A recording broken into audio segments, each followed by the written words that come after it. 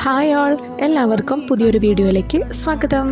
അപ്പോൾ നമ്മൾ new year ആഘോഷത്തിൻ്റെ വീഡിയോ ആണ്. കുറച്ച് ലേറ്റായി പോകുന്നത് എനിക്കറിയാം, എങ്കിലും നിങ്ങളത് കാണും എന്ന് ഞാൻ പ്രതീക്ഷിക്കുന്നു.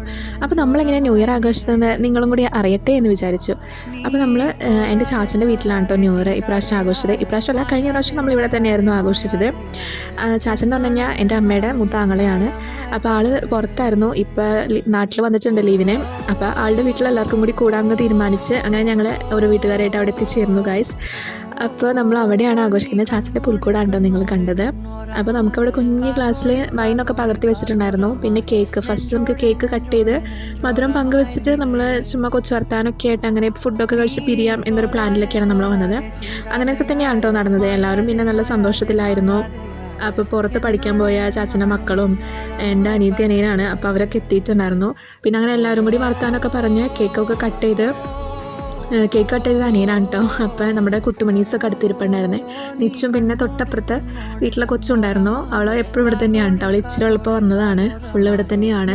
അപ്പോൾ അവർ അടുത്ത മാസം പോകുന്നതിൻ്റെ വിഷമമൊക്കെയാണ് ഞങ്ങൾക്ക്. എന്നാലും അവളെ കൂട്ടിയിട്ടാണ് കേട്ടോ നമ്മൾ ന്യൂ ഇയറൊക്കെ ആഘോഷിച്ചത്. അപ്പോൾ കേക്ക് കട്ട് ചെയ്ത് കഴിഞ്ഞപ്പോൾ ചേട്ടായി എല്ലാവർക്കും കേക്ക് എടുത്തതേ കൊടുക്കുന്നുണ്ട്. അപ്പോൾ ആൾ വിധം കേക്കൊക്കെ കൊടുത്ത് ചാച്ചൻ അതിൻ്റെ പിന്നാലെ വൈനും കൊണ്ട് പോകുന്നുണ്ടായിരുന്നു.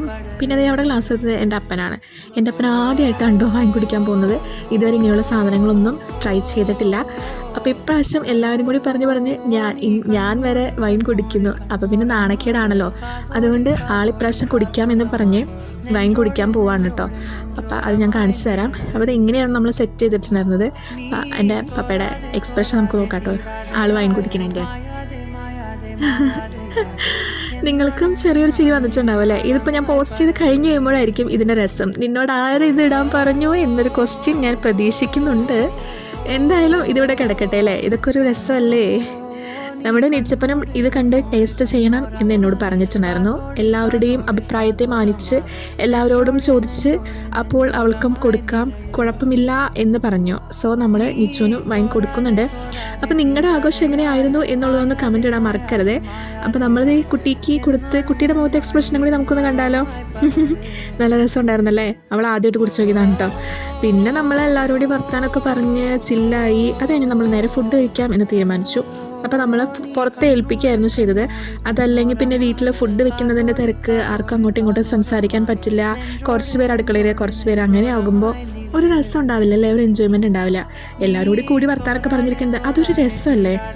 അങ്ങനെ നമ്മളതേ ഫുഡൊക്കെ കൊടുത്ത് അപ്പം ഞങ്ങൾ ആദ്യം തലയ്ക്ക് മുതിർന്നവരെയൊക്കെ നമ്മളിങ്ങനെ ആദ്യം കഴിക്കാൻ എടുത്തിട്ട് നമ്മൾ കുട്ടികൾ എന്നെ വേണമെങ്കിൽ കുട്ടികളുടെ കൂടുതൽ കൂട്ടാമെന്ന് ഞാൻ എപ്പോഴും പറയാം. അപ്പോൾ ഞാനും ചേട്ടായിയും അനിയനും അനിയത്തിയും ഒക്കെ സെപ്പറേറ്റ് ആണ് വരുന്നത്. അപ്പോൾ ചാച്ചനെയും അമ്മേനെയും അമ്മച്ചീനെയും അങ്ങനെ എല്ലാവരും ഒരുമിച്ചിട്ട് ആദ്യം കൊടുത്തു. പിന്നെ നമ്മുടെ കുട്ടീസിനെ നമ്മൾ സെപ്പറേറ്റ് ഹാളിൽ ഇരുത്തിയിട്ടാണ് കേട്ടോ ഫുഡ് കൊടുത്തത്. അങ്ങനെ എല്ലാവരും വർത്താനം ഉണ്ട്, ഒപ്പം ഫുഡ് അടി നടക്കുന്നുണ്ട്. അങ്ങനെ എല്ലാവരും ഹാപ്പി ആയിട്ട് തന്നെയായിരുന്നു ഫുഡ് കഴിക്കുന്നത്. പിന്നെ നമ്മൾ കുറച്ച് നേരം ലൈറ്റൊക്കെ ഓഫ് ചെയ്തിട്ട് ആ പ്രൊജക്ടറിൻ്റെ വെട്ടമൊക്കെ ആസ്വദിച്ച് നമ്മുടെ ലൈറ്റൊക്കെ ആസ്വദിച്ച് കുറച്ച് നേരം വർത്താനൊക്കെ പറഞ്ഞിരുന്നു.